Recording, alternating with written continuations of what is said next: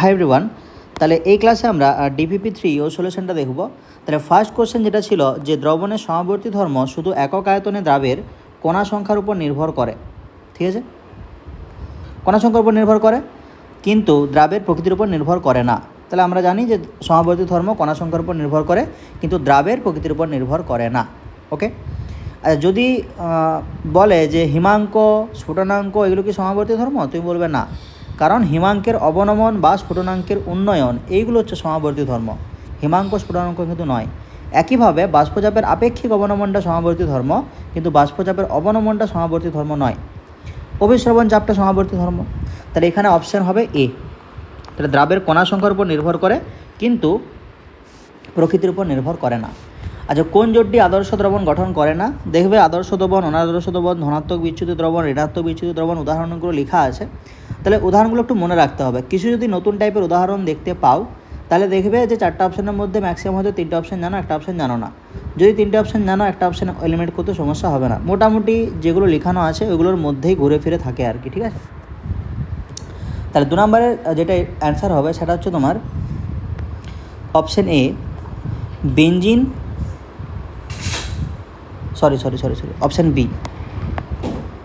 Option B.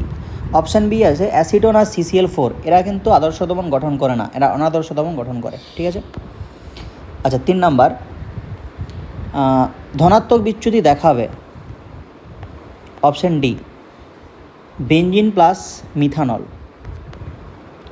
4 number, রাউল্টের সূত্রানুযায়ী ঋণাত্মক বিচ্যুতি দেখাবে, এটা option A, acetone plus chloroform CHCl3। 5 number, azeotropic মিশ্রণে যে বিষয়টি এক হয়ে যায়, আমরা জানি কি যে অ্যাজিওট্রপিক মিশ্রণের ক্ষেত্রে দ্রবণে যেরকম কম্পোজিশন বা সংযুতি থাকে আর বাষ্পের ক্ষেত্রেও সেই কম্পোজিশনটা কিন্তু সেম থাকে, ঠিক আছে। তাহলে অ্যাজিওট্রপিক মিশ্রণে নিচে যে দ্রবণটা থাকে তার যে কম্পোজিশন হয়, উপরে যে বাষ্প থাকে সেই কম্পোজিশন কিন্তু সেম হয়। তাহলে এখানে দ্রবণ আর বাষ্প এই দুটোর কম্পোজিশন একই হবে, ঠিক আছে। তাহলে দ্রবণের সংযুতি বাষ্পের সংযুতি সেম হবে, অপশান সি, এটা কারেক্ট অ্যান্সার। আচ্ছা, নেক্সট কোশ্চেন, আদর্শ দ্রবণের ক্ষেত্রে দ্রাব ও দ্রাবক উভয়ই মেনে চলে।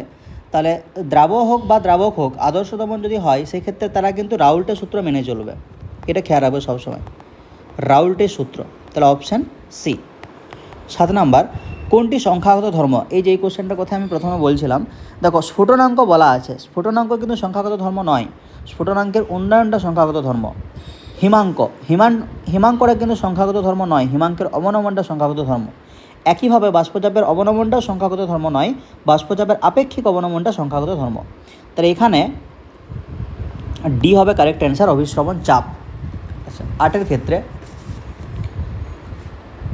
কোনো দ্রবণের অনুদ্বায়ী দ্রাবক যোগ করে থাকলে, তাহলে অনুদ্বায়ী দ্রাবক যোগ করলে কী হয়, বাষ্পচাপটা কমে যায়, তাই না। তাহলে 8 হবে অপশান বি। আচ্ছা, 9টা, বাষ্পচাপের আপেক্ষিক হ্রাস বা অবনমন দ্রবণে ড্যাশের সঙ্গে সমান হয়। আচ্ছা, দ্রাবের মূল ভগ্নাংশের সাথে সমান হয়, মানে অপশান সি হয় না, P0 - P/P0 সমান x2টা কি দ্রাবের মূল ভগ্নাংশ।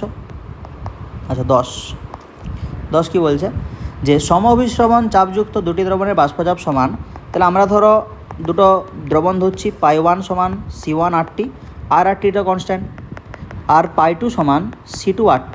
তাহলে π1 π2 যদি সমান হয় আমরা বলতে পারি C1 সমান C2। তাহলে এইটা ধরো এ দ্রাবের একটা দ্রবণ, এটা হচ্ছে বি দ্রাবের একটা দ্রবণ, এ দ্রাবটাও অত অ, বি দ্রাবটাও অত অ। তাহলে যেহেতু দুটো দ্রাবই অত অ, তাহলে এদের ক্ষেত্রে অভিস্রবণ চাপ যদি সমান হয় তাহলে কনসেন্ট্রেশন বা গাঢ়ত্ব সমান হবে।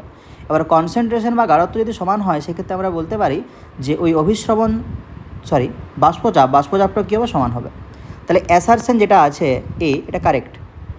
আচ্ছা, রিজনটা দেখি যে বাষ্পচাপের অবনমন সংখ্যাগত ধর্ম নয়, আপেক্ষিক অবনমনটা সংখ্যাগত ধর্ম। তাহলে রিজনটা কিন্তু ভুল।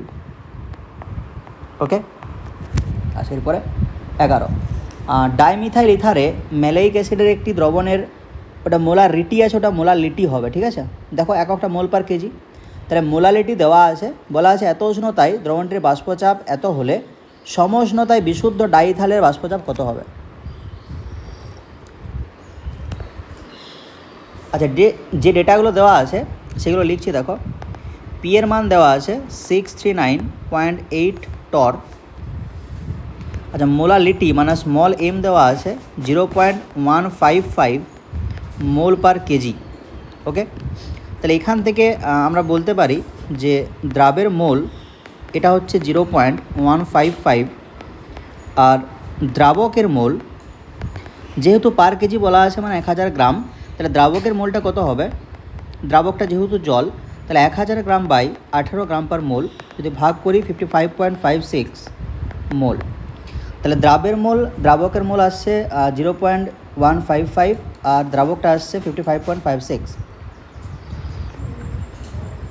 তাহলে দ্রাবের মোল ভগ্নাংশ x2 এটা কত হবে?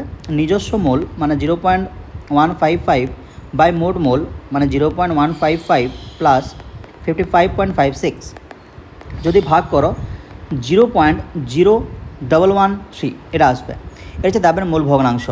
এরপর আমরা জানি P not minus P by P not সমান x2।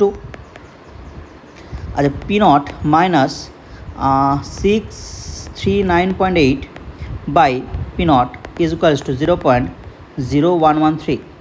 তাহলে এখানে পি নটটা ক্যালকুলেট করলে যেটা অ্যান্সার আছে সেটাই আসবে 647.3 সামথিং এটা আসবে, ঠিক আছে।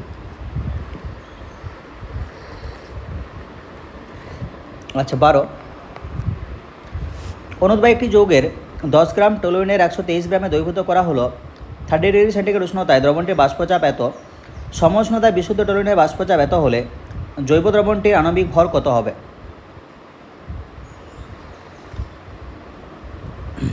ওকে, 12 তাই তো। আচ্ছা, তাহলে আমি যদি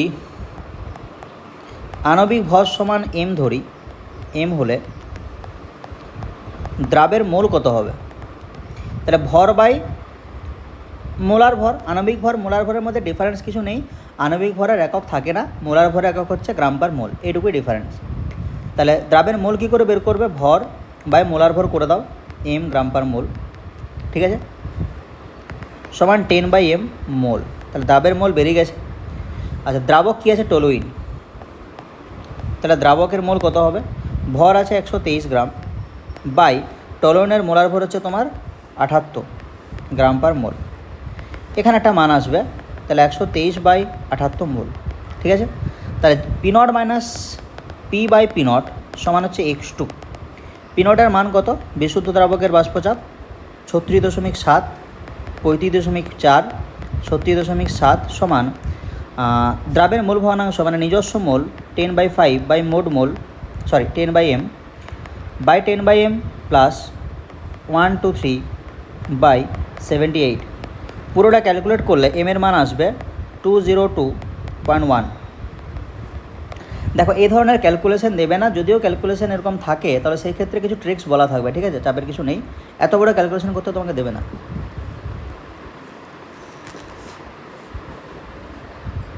আচ্ছা, এরপরে কোশ্চেন নাম্বার 13, 30 ডিগ্রি সেন্টিগ্রেড উষ্ণতায় গ্লুকোজের এত মোলাল জলীয় দ্রবণের বাষ্পচাপের আপেক্ষিক অবনমন কত হবে?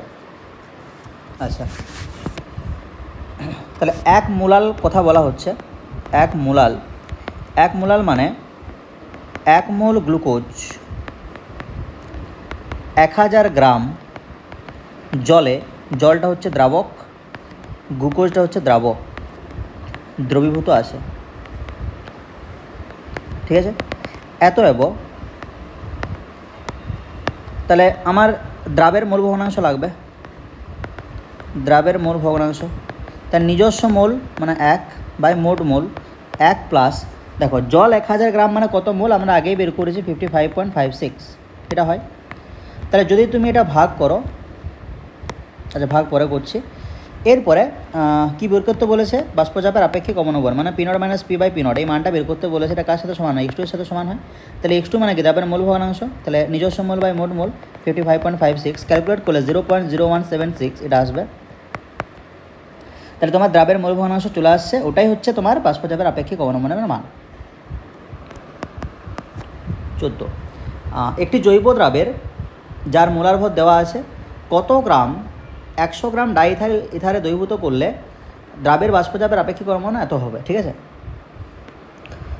তাহলে দ্রাবের মোল কত হবে? তাহলে দ্রাবের ভর তুমি ধরে নাও এক্স গ্রাম, তাহলে এক্স গ্রাম বাই মোলার ভর দেওয়া আছে 198 গ্রাম পার মোল, তাহলে ভাগ করলে মোল চলে আসবে, তাহলে এক্স বাই 198 মোল। আচ্ছা, দ্রাবকের মোল, তাহলে দ্রাবকের ভর দেওয়া আছে 100 গ্রাম। কার কথা বলা হচ্ছে? দ্রাবক ডাইথাইল ইথার। এবার ডাইথাইল ইথারের মোলার ভর হচ্ছে 46। ডাইথাইল ইথার 46, তো দুটো carbon 24,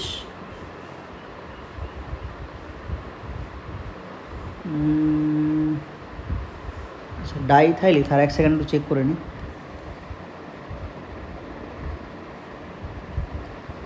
diethyl ether molar mass 74, ঠিক আছে। তাহলে বাই 74 গ্রাম পার মোল, তো ভাগ করলে তাহলে 100 বাই 74 মোল, দুটো মোল পাচ্ছি। তাহলে আমার বাষ্পচাপের আপেক্ষিক গড়মান বলা আছে 0.037। তাহলে এইটা কার সাথে সমান? দ্রাবের মোল ভগ্নাংশের সাথে। তাই নিজস্ব মোল মানে এক্স বাই 198, মোট মোল মানে এক্স বাই 198 প্লাস 100 বাই 47। তো যদি ক্যালকুলেট করো যেটা দেওয়া আছে সেটাই আসবে 10.3 গ্রাম, ঠিক আছে। দেখো 15, অনুদ্রবাহী দ্রাবের দ্রবণের বাষ্পচাপের অবনমন নির্ভর করে না। আচ্ছা, বাষ্পচাপের অবনমন হোক, বাষ্পচাপের আপেক্ষিক অবনমন হোক, এরা কিসের উপর নির্ভর করবে না? দ্রাবের প্রকৃতির উপর নির্ভর করবে না। কার উপর নির্ভর করবে? কণা সংখ্যার উপর নির্ভর করবে, সিম্পল জিনিস। ওকে, তাহলে অপশান সি। তাহলে এটা DPP 3 এর সলিউশন হলো। এর পরের ক্লাসে আর DPP 4 এর সলিউশনটা নিয়ে আসবো। ওকে, থ্যাংক ইউ।